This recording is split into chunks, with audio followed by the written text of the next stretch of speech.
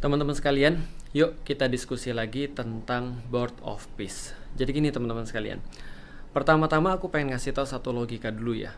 Karena kalau kita nggak paham logika-logika dasar, kita nggak akan bisa paham semua yang terjadi di dunia ini. Pertama adalah gini, segala sesuatu itu harus dilihat berdasarkan tujuannya. Kalau tujuannya benar, maka yang lain bisa jadi benar. Tapi kalau tujuannya sudah nggak benar, maka apapun yang ada di dalamnya, apapun yang dibuat setelah itu juga pasti nggak benar. Gampangnya gini ya misalnya ya. Kalau ada orang misalnya mau pergi ke Surabaya misalnya, maka ketika dia beli tiket, ketika dia nyiapin perbekalan, ketika dia misalnya apapun lah yang dia lakukan, nyiapin tiket buat nyari perbekalan, lalu terus kemudian dia nyari sepatu, dia terus kemudian ngapain pun itu berarti benar kalau memang tujuannya mau ke Surabaya. Tapi kalau misalnya tujuannya mau ke Surabaya, lalu terus kemudian dia pergi arah ke Padang misalnya, maka apapun akan jadi salah. Dia beli tiket jadi salah, lalu terus kemudian dia beli sepatu jadi salah, dia nyiapin perbekalan jadi salah, dan semua jadi salah. Jadi semua itu harus dilihat berdasarkan apa yang mau kita lakukan dan tujuannya apa. Itu dulu yang pertama kali teman-teman harus tahu. Maka kita juga harus tahu ketika kita berbicara tentang Board of Peace misalnya. Jadi kalau kita berbicara tentang Board of Peace, maka Board of Peace ini adalah apa? Board of Peace adalah sesuatu yang dibuat sama Donald Trump untuk ngasih tahu pada dunia bahwasanya siapa yang jadi bos. Teman-teman tahu Amerika sekarang itu kerjaannya benar-benar kayak preman. Benar-benar kayak preman pasar. Literally kayak preman pasar. Dia berbuat apapun yang dia mau karena dia tahu dia nggak ada lawan. Dia tahu bahwasanya nggak ada satupun yang bisa nantangin dia. Ini kita harus tahu. Jadi kesombongan yang sangat luar biasa ini ditunjukkan. Yang paling santer adalah ketika dia nangkep presiden Venezuela, Maduro. Dan itu melanggar hampir semua hukum-hukum internasional. Dia nggak peduli. Dan Trump sudah nunjukin bahwasanya dia bisa backup Israel untuk melakukan apapun yang dia mau di Gaza tanpa ada konsekuensi apapun, karena Amerika adalah yang memiliki hak veto di PBB. Jadi PBB mau ngapain aja nggak ngaruh. PBB mau jungkir balik, orang-orangnya mau ngeluarin warrant ataupun perintah nahan Netanyahu, bodoh amat. Itu udah ditunjukin sama Trump. Jadi Trump ini orangnya sudah gila. Dia nggak mau diatur dengan hukum apapun. Karena dia nggak mau diatur dengan hukum apapun, maka dia buat Board of Peace. Jadi teman-teman harus tahu itu, bahwa Board of Peace itu dibuat karena dia pengen ngasih tahu apa itu PBB. Nggak ada urusan. Apa itu hukum dunia? Nggak ada. Aku akan berbuat apa yang aku mau. Berarti tujuannya udah salah nih. Ini problematikanya. Board of Peace bukan untuk perdamaian, tapi untuk nunjukin siapa bos di sini. Dan lu harus ikut gue, mau nggak mau, suka nggak suka. Berarti ini nggak ada pilihan bagi orang-orang yang mau untuk nyari muka Trump, yang mau nyari keridoan Trump. Dia harus ikut Trump. Intinya gitu aja sih sebenarnya. Dia bodoh amat dengan yang lain. Dia keluar daripada beberapa organisasi internasional. Dia nyata-nyata terus kemudian bilang bahwasanya organisasi internasional itu nggak ada gunanya. Dia nyata-nyata backup Israel. Dan ini poin pentingnya. Teman-teman harus tahu bahwasanya Amerika itu adalah sekutunya Israel yang tidak pernah goyah. Sekutunya Israel dari zaman kapan tahu. Dari zaman orang-orang zaman dulu sampai sekarang. Misal di masa Obama aja sudah ditentukan bantuan 30 miliar dolar, 30 miliar US dollar dalam bentuk bantuan militer. Itu sudah ada dari zamannya Barack Obama, dan mereka terus-menerus melakukan bantuan. Dan kalau aku nggak salah di tahun 2023 ketika genosida itu terus kemudian ada di depan mata kita tahu bahwasanya Amerika ngasih duit cash dan bantuan militer sebesar berapa? Kalau nggak salah 300 triliun per tahun kalau nggak salah ya, atau pastinya lebih daripada itu. Tapi yang jelas teman-teman sekalian, Trump itu adalah bestinya Netanyahu, dan Trump sudah bilang berkali-kali bahwasanya dia setuju dengan apapun yang dilakukan oleh Netanyahu. Bahkan dia muji Netanyahu. Dia dengan bangga mengatakan, Netanyahu minta aku senjata ini, senjata itu, yang aku pun belum tahu, dan aku kasih semua. Untuk apa? Untuk ngeledakin orang-orang di Gaza, genosida di Gaza. Mikir, paham maksudnya? Paham.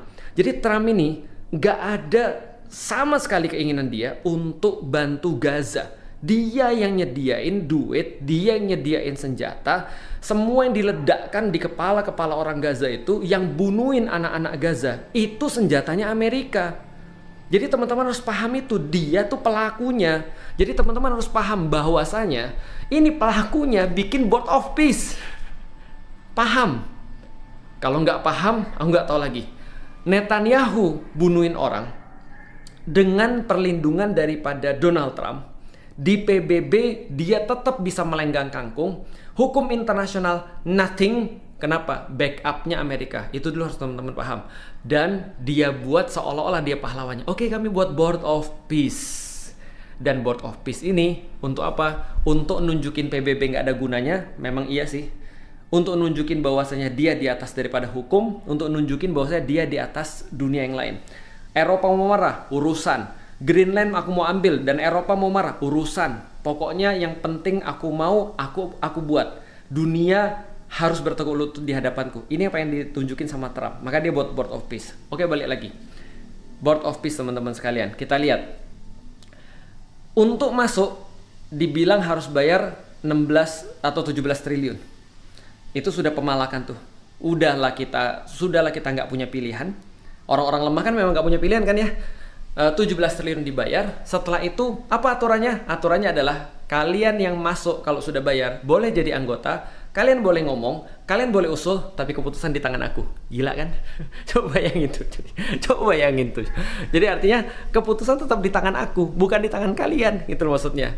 Artinya kalau kita bicara tentang masalah Board of Peace, ini adalah benar-benar premanisme 100% premanisme. Kenapa? Karena semua harus aku yang nentuin, kalian boleh usul, aku yang nentuin. Gitu kan ya. Nah, artinya adalah apa? Lucu. Artinya adalah kalau ada orang sudah tahu seperti itu, dia dalam keadaan tertekan, berarti dia masuk ke situ, itu jelas karena dia nggak punya pilihan. Bukan karena kamu punya negosiasi, kamu punya ground, kamu punya kamu punya posisi untuk bernegosiasi. Enggak, justru kamu nggak punya posisi untuk bernegosiasi. Kamu nunjukin banget kalau kamu masuk ke situ bahwa kamu tuh lemah, kamu nggak bisa buat apapun kecuali nurut apa yang diinginin oleh para bully itu, oleh para orang-orang yang preman-preman itu. Karena dia memang, ya daripada nanti kita dipukulin, ya daripada nanti kita dinaikin tarif, ya daripada nanti kita dipersulit, ya udahlah kita ikut aja lah, terserah dia aja lah. Pokoknya kamu siap, izin bos, izin Pak Ketua, kami ikut. Karena kami nggak punya kekuatan, kami bahkan nggak bisa negosiasi. Tapi kalau ada negara-negara yang punya kemampuan, punya potensi, punya kekuatan untuk negosiasi, mereka nggak akan gabung. Karena mereka bilang, ngapain kami gabung ke dalam satu Board of Peace? Apa gunanya PBB? Ini cuma sekedar pembulian yang terjadi secara internasional. Dia seenak-enaknya sendiri, yang mutusin dia, jadi ketua seumur hidup dia. Dan siapa anggota-anggota Board of Peace? Teman-teman cari, siapa? Mantunya. Sekarang kita tahu, orang-orang nepotisme itu memang barengan tuh, orang-orang tuh ngumpul. Mantunya Jared Kushner, pengusaha, dilibatin dalam Board of Peace. Kenapa harus dia sih? Dia jelas-jelas bilang apa? Dia pengusaha. Dia ngelihat Gaza sebagai cuma properti doang, properti. Lalu terus kemudian siapa yang dilibat lagi? Steve Witkoff. Siapa dia? Bestinya Israel. Jelas-jelas dia dari dulu adalah orang yang sangat dekat banget dengan orang-orang Israel dan Netanyahu. Lobby AIPAC.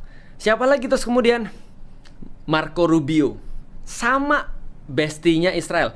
Nih, dan siapa anggota daripada Board of Peace? Netanyahu.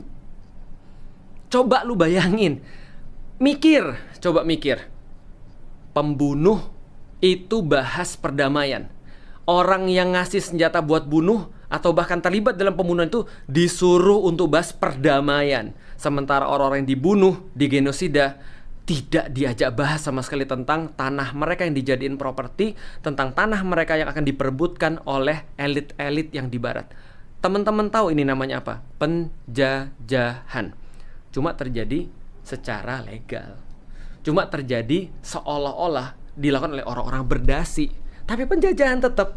Tetap aja penjajahan. Kenapa? Penjajahan adalah ketika orang-orang di situ mereka tidak dilibatkan dalam urusan kemerdekaan mereka sendiri. Artinya penjajahan itu terjadi, neokolonialism.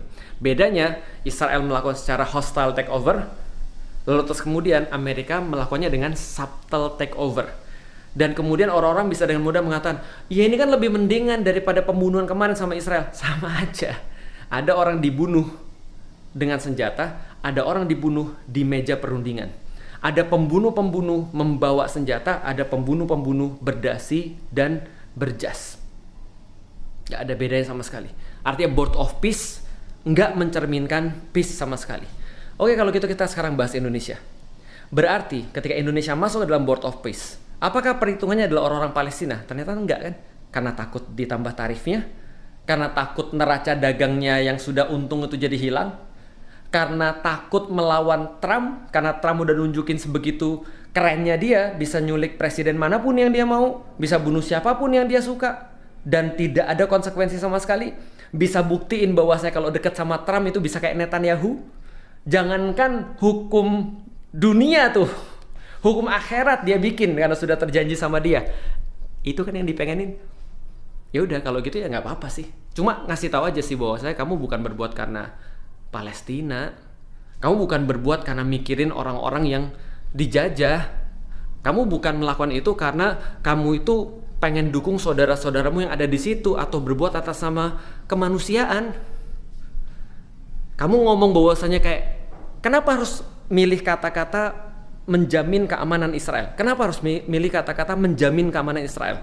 Kenapa nggak bisa ngomong bahwasanya kita harus memastikan bahwasanya orang-orang Gaza itu selamat, mereka harus menentukan nasib mereka sendiri, sedangkan Israel harus bertanggung jawab atas apapun yang mereka buat, karena tidak ada satupun perbuatan kriminal yang tidak dihukum, yang bisa lewat begitu aja. Kenapa nggak ngomong gitu? Kenapa pilihan katanya selalu kalau mau damai, semua harus menjamin keamanan Israel? Kenapa harus gitu? Ini kan problemnya berarti apa? Problemnya kita tuh takut. Problemnya kita tuh nggak punya pilihan. Problemnya kita tuh nggak mau negosiasi, nggak bisa negosiasi. Jadi jangan ngomong bahwasanya ini negosiasi. Itu nggak masuk akal, itu nggak masuk logik gitu maksudnya. Udah ngomong aja kita lakukan ini karena kita pengen tetap dagang sama Amerika. Kita melakukan ini karena kita takut sama Trump. Kita melakukan ini semua karena kalau nggak deket sama Trump nanti kita susah. Kalau deket sama Trump kita dapat banyak privilege. Gitu aja ngomongnya. Itu lebih jujur gitu kan ya. Lagian ngapain kita gabung ke PBB kalau gitu? Dan satu lagi problematika yang lebih utama. Ini sudah termasuk jalan normalisasi dengan Israel. Kenapa aku bilang begitu? Karena guys, pemimpin kita guys, satu grup sama Israel. Bahas tentang perdamaian, bahasnya bareng Israel. Dan Amerika sudah ngutus Steve Witkoff, Marco Rubio, dan segala macam untuk ngobrolin plan untuk New Gaza, Board of Peace, perdamaian di Gaza, peace di Gaza dengan Netanyahu. Sakit nggak tuh? Sakit gak tuh? Dan coba bayangin, kalau nggak kita yang ngomong siapa lagi? Kalau kita yang nggak ridho, duit kita, suara kita, seolah-olah dia mewakili seluruh orang Indonesia gitu. Seolah dia mewakili seluruh orang Indonesia, menjamin keamanan Israel. Aku nggak mau sih, aku nggak ikut-ikutan dalam madness ini, aku nggak ikut-ikutan dalam kegilaan ini, aku nggak ikut-ikutan dalam perkara-perkara yang menjijikkan kayak gini. Just supaya, kenapa aku bikin video ini? Supaya orang tahu di masa-masa ini aku ngomong. Kalau ada yang nggak suka, ada yang berbeda pendapat, silahkan, monggo, silahkan. Tapi kita harus tahu bahwasannya penyakit itu bukan kelemahan fisik. Penyakit itu bukan ketika kita nggak punya apa-apa sekarang, atau kita belum punya kemampuan untuk negosiasi. Tapi nih, masalah itu di kepala. Masalahnya adalah penjajahan pemikiran. Dan salah satu penjajahan pemikiran yang paling bahaya adalah ketika Anda merasa Anda bisa menyelesaikan permasalahan Anda dengan ide penjajah. Bahwa Anda bisa membebaskan Baitul Maqdis dengan cara pikir penjajah dan orang-orang pembunuh. Ini logika yang benar-benar harus kita tahu. Semoga teman-teman sekalian jadi mikir, semoga teman-teman sekalian mau bareng-bareng untuk ayo belajar. Karena bagaimanapun juga kita tahu kita lemah, kita nggak punya banyak pilihan, kita tahu. Tapi ayo, sampai kapan kita mau dalam keadaan gak punya pilihan? Maka ilmu itu akan memberikan kita pilihan, memberikan kita kekuatan, memberikan kita persatuan, cara respons yang paling baik dalam satu situasi, dan tentu saja kemenangan daripada Allah Subhanahu wa Ta'ala.